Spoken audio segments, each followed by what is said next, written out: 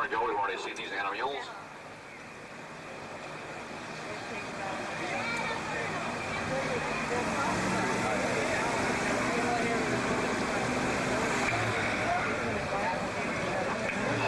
Now on your left against all the bongos, the most colorful animal. Again, they live in groups up to 35. Older males are usually solitary. And the Manchurian crane down here at the bottom. Again, I'm going to stop here because if you don't go to China, which is unlikely for most of us. These are African bush elephants. Now notice the difference. These have larger, flappier ears shaped like the continent of Africa, and notice the tusks. These are all females in the yard, and they do have the visible tusks. African bush elephants. Between 160 to 250 pounds of food a day.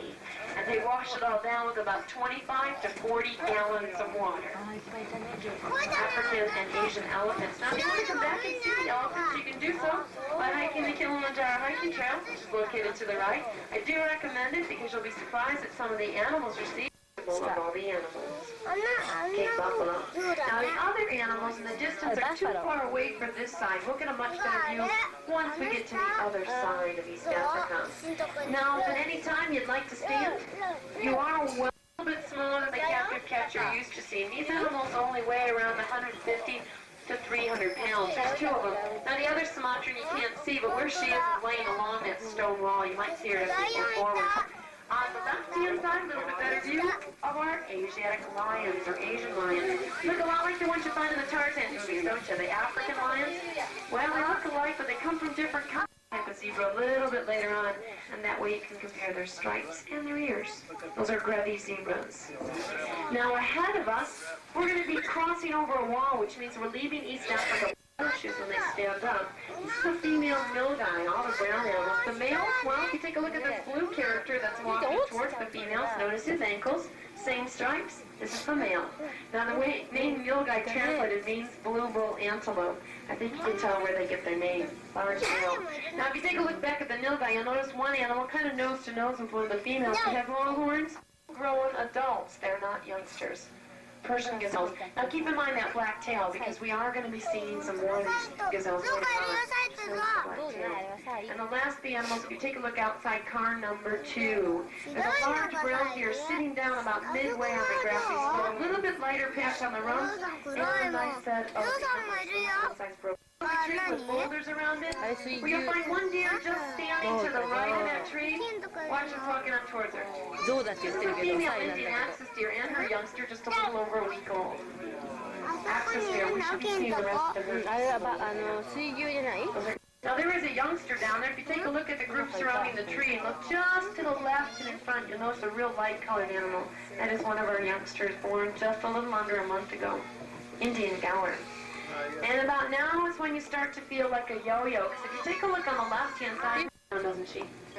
Keep in mind, baby rhinos, well, they're never small. At birth, these animals weigh anywhere between 90 to 110 pounds. And they gain around 80 pounds a month. Japan and Jamia. Now, Jamia will gain around 80 pounds a month for a good 18 months. The adults who can defend themselves and not the youngster. And that baby's just a few weeks old. These are Arabians. The older he gets, he'll get white like his folks. Notice the long straight horns? Typical of the oryx, so keep that in mind. But with these animals, see if you can find one in profile, sideways. Can you see how the two horns tend to blend? The more you look, the more you find. It's a great eye test, isn't it? It's just a nightmare for the keepers, though. Siberian ibex. Anyone find out there? Yeah.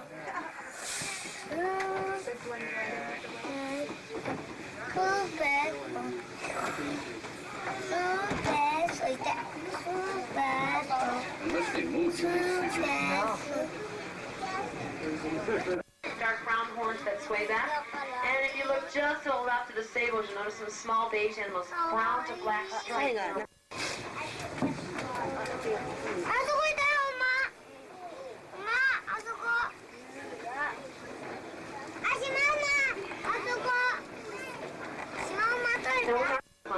Following his bone. All the birds on the water's edge, except for the flamingos, those are all stowaways. Lots of coops and mud hens. Can't claim them. They probably outnumber our birds 2 to 1. But they're stowaways and stuff. We can find some birds there. If you notice the pelicans, they do belong here. Those are pink-backed pelicans. All the other birds, stowaway. Lots of them. And you take a look ahead of us. And the island, also the home of our Diana monkeys. Notice the tree doctors. Now, notice something strange about this island. Do you see any ducks? Very few. Well, that's because the Diana monkeys don't like lots of ducks on their island. Too many stay on too long. Well, they sneak up on them, they give them a real quick squeeze, or they smack them upside the head. So the ducks tend to stay off the island. When they are on the island, notice how close to the water's edge they're staying. They don't want to be squeezed. Look at all these poor mallards, wanting to be on the island, but not willing to be squeezed by the ducks. Diana monkeys.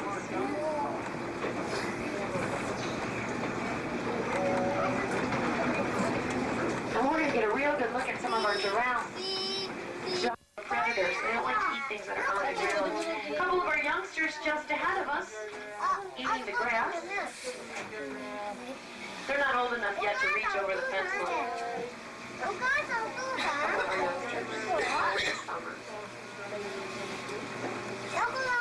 Now we are leaving the larger enclosures. I still have a few more animals to show you on the left side. Enclosure just ahead of us, we have the cousins to the greater kudu I promised to show you. This is the home of our left.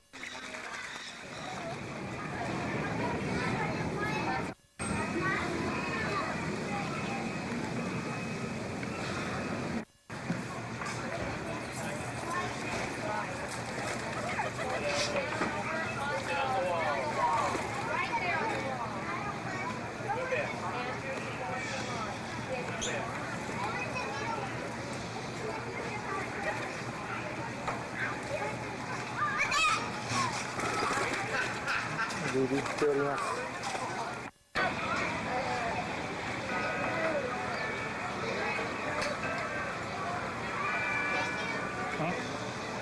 ハトさんがまた来ました。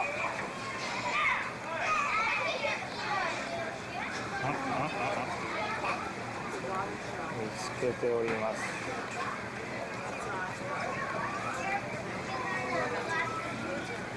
ママが何か持って帰ってきました。何でしょうか。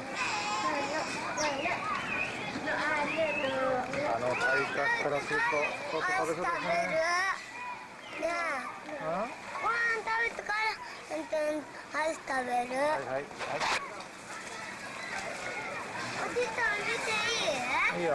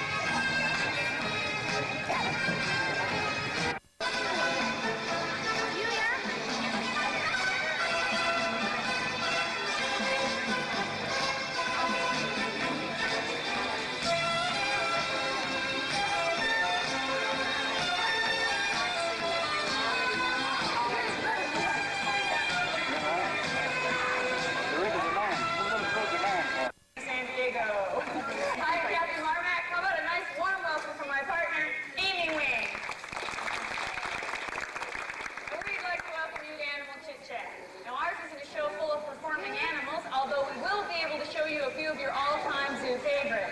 We'd like to begin by introducing a gal that started out in the television world at the very tender age of just 3.5 months. At that time, she made her very first television debut on Johnny Carson's Tonight Show. She's a member of the rat-type family, which is a family of large, flightless birds. And she's also a native of Australia. She's the second largest bird in the world, exceeded only by the ostrich. So won't you please welcome Daphne. Hi, Daphne is an emu. This young lady is full grown, and as I mentioned, emus aren't too handy in the flying department. Now, just in case you're wondering why Daphne can't quite get off the ground, well, these are what she has to work with. I assure you those scrawny little wings have no useful purpose whatsoever.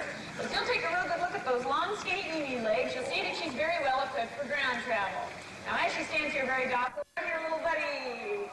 I know that Corky looks an awful lot like an up escalator, but I assure you that he's a California harbor seal. He is a true seal, not to be confused with the California sea lions you've seen appearing here in our other shows and performances. There's a big difference, about 600 pounds worth.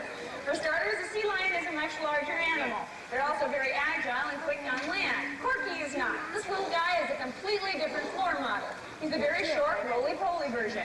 No matter how hard you try moving Corky, his all-time top speed is about 3 miles per hour, and this little guy ends up looking like a great big bowl of Jell-O. That is top speed. The other big difference is the vocalization. Sea lions bark their heads off. They are so loud you can hear them making that barking sound a long ways away. Corky on the other.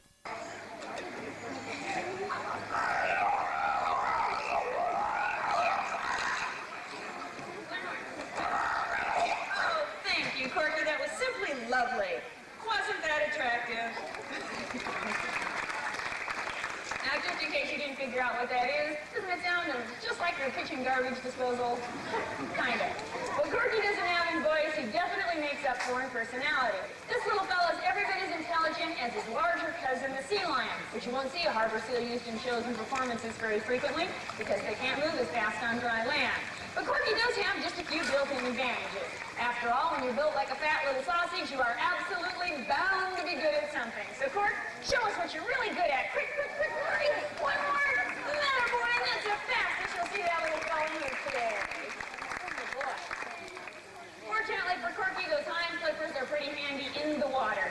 And we'd like to demonstrate how with just one quick kick of those flippers, how this little fellow could easily sail right over the jump. So for the sake of my leg, wouldn't you love to see him try? All right, Cork, help us out. I want you to move right up to the front and look at all that enthusiasm. He can hardly wait to show you. That boy. Now a nice deep dive right into the pool and right up and over the jump, just like a good little California harbor seal. Corky, that was a big detour. All right, little buddy, we are going to give you another chance, but this time we want a good running start. Build up some speed. Here we go. Ready? Up! And you missed. Corky. Do you know what I feel like doing with little harbor seals? They just happened to bungle twice in a row. You're all wet. Well, I think what Corky needs is a cheering section out there, just like the big California sea lions have. Let's see if we can give our little buddy a trifle more encouragement. Come on, Corky. Come on, that good. Here we go. Ready? Jump! Listen, super slug. Are you ready to go on an involuntary diet? Okay. That boy works every time. Well, that's a big U-turn and free to get towards the dock as fast as a little harbor seal can go. Charge! Say goodbye to our chubby little friend. Come on, Cork. All the way around.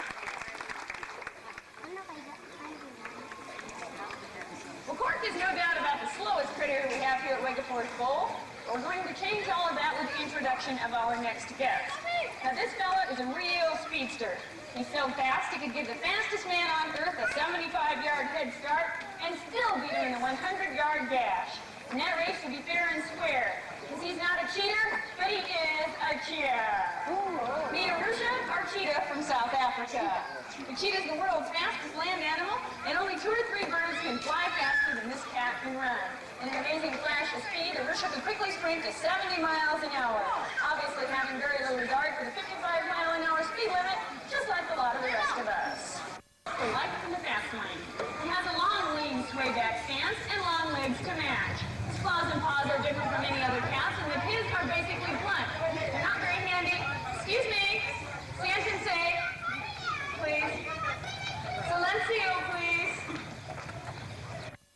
Believe me, it didn't take very long for Rusha to quickly catch on that Anna was always going to have her way. After all, you know how temperamental redheads are. We also had a difficult time finding the right dog. We needed one between 8 months to a year of age, and most pets have already been absorbed into a family. But Anna was listed in the paper as an 8KC golden retriever that doesn't retrieve, hates water, and flunked obedience school twice. And although Anna has just a few small flaws, there's no doubt that she's the all-time best golden retriever cheetah sitter we ever could have hoped for. Right, Anna? Right, Anna? Just think, folks, only 3 years of training.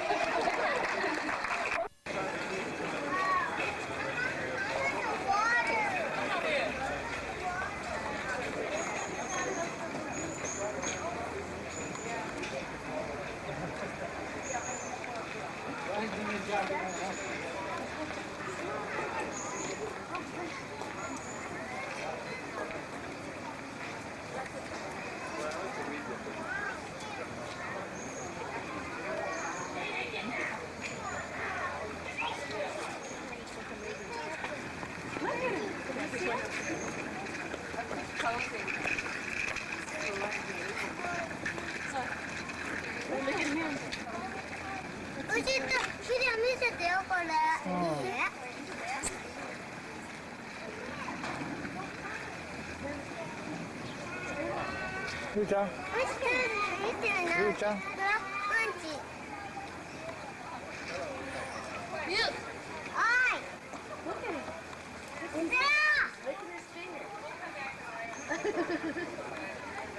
どれでもちょっと移したら汚いやつやだよ。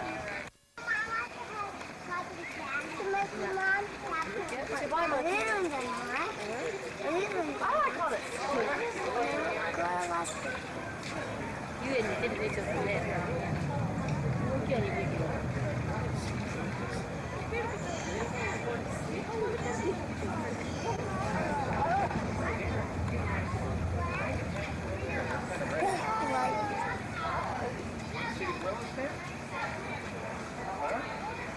今うんちを丸めて食べたところです。ゴリラは。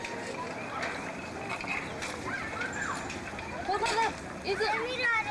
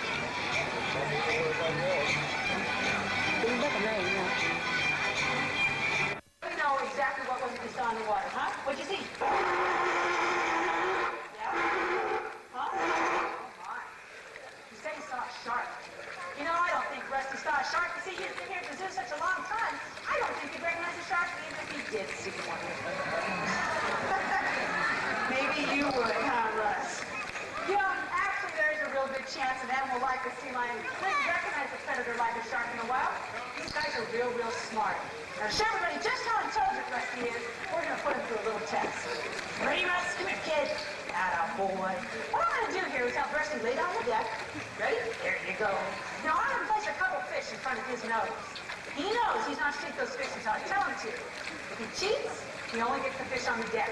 But if you wait for my signal, he's going to get a lot of fish later on. So here we go. There's one. There's two. There's three.